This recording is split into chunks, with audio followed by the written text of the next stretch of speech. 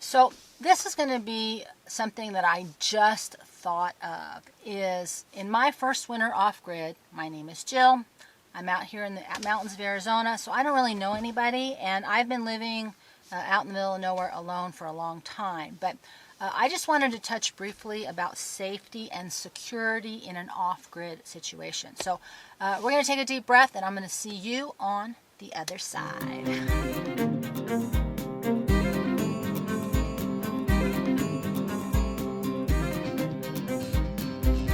So one of the things I've learned, being a single woman driving around in my little trailer for the last 10 years, is that most of the time I felt very safe. There was just very few times where I did not feel safe.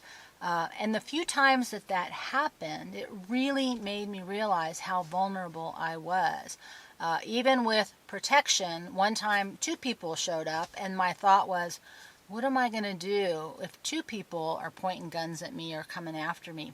All by myself, I'm kind of screwed. And so one of the realities about living off-grid and out in the middle of nowhere is that there's nobody to call. If you called 911 out here, I mean, technically, theoretically, maybe somebody might be able to find it. But unless you know where you're going, I don't even know how that would happen at night. I don't think you could, even though the streets are kind of marked. So it's one of those things that you really have to let go of that I can just call 911 idea. And I think that's the hardest thing to divorce yourself from if you are not in a situation where you've ever experienced the idea that there's no one to call. This particular county is humongous. It's huge. There's over 70,000 people.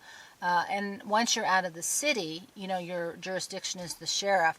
There is no way anybody's coming to save you. Now, the flip side is, it's because you're out in the middle of nowhere and you're behind these trees and nobody can see you. It's also very safe. Almost nobody bothers to come look for you out here. But I will tell you, there are abandoned trailers and they clearly have been picked over. So there are people who go shopping in people's houses, whether they, I assume, live in them or not. So there's still that same factor of, safety and security. But I think the biggest thing that I want to talk about with this is grid up, grid down. While the grid is up, we still have this idea that there's law and order, and we'll still be held accountable to the rules of law and order.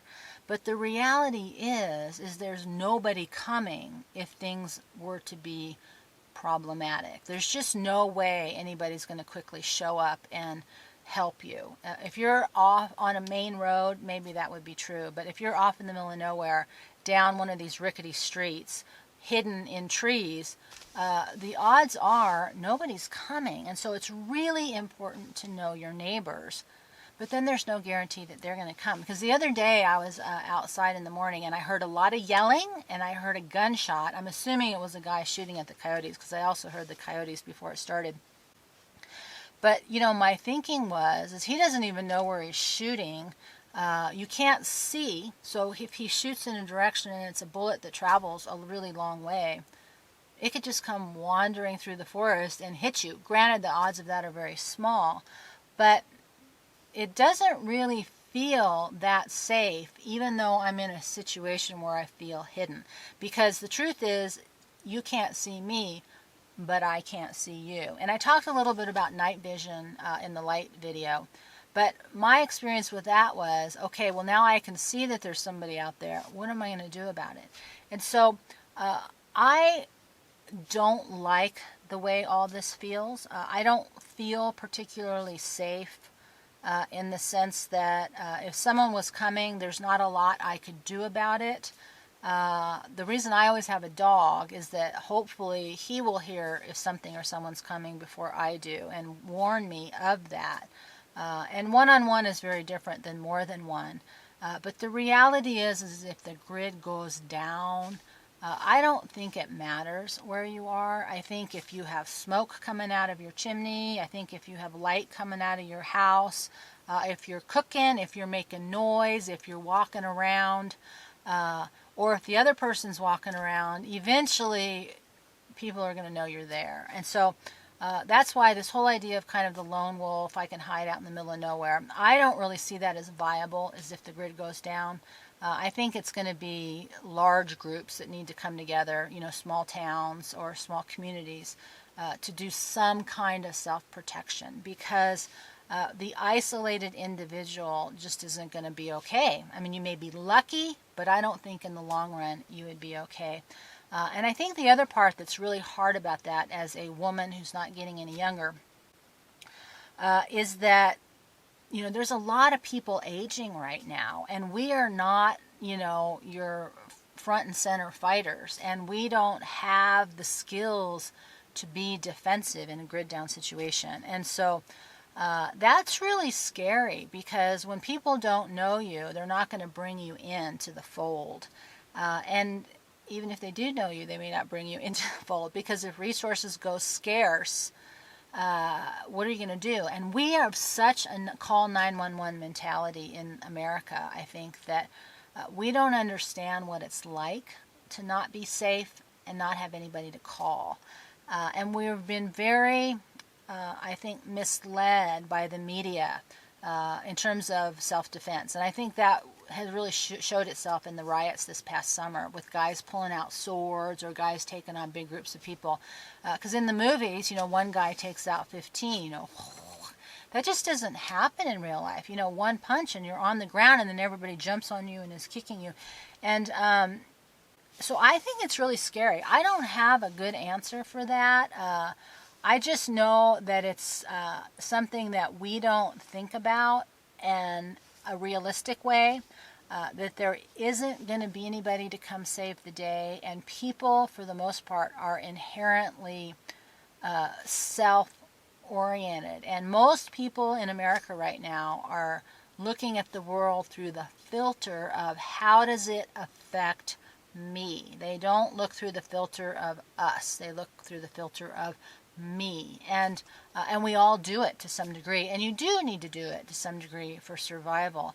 But the difference is, in a grid down situation or even an off-grid situation, is there is no just me anymore. And so the good news is hardcore survival, I think, will bring us back to each other, because we'll need each other to survive.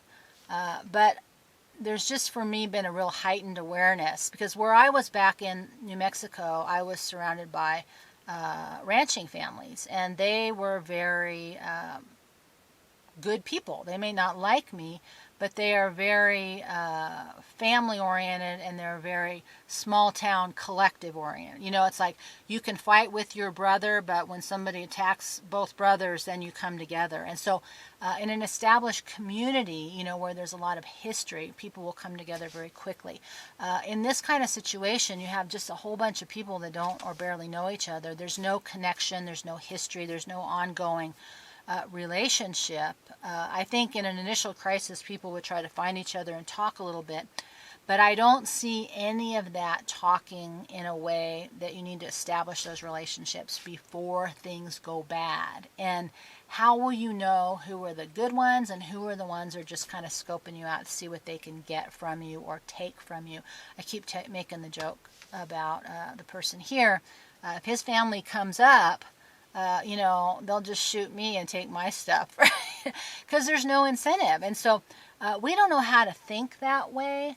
I think it's been heightened in my experience here, and that how uninterested anybody is in anybody else, other than when they do need something. If we're in a moment where everybody needs something and there's no prior relationship there, that's going to be a big issue. So I just wanted to bring that up as just one more thing to think about. I don't have good answers for that, because the time is drawing to a close here.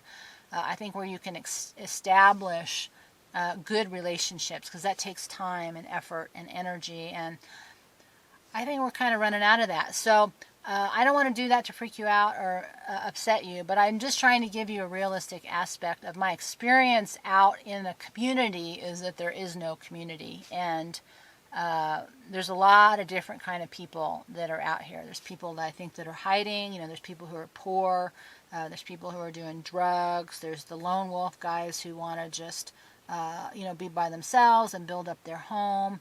I saw one family over there, but they had like a fortress around them, multi-layers deep with cameras. So it is a lot of different kind of personalities.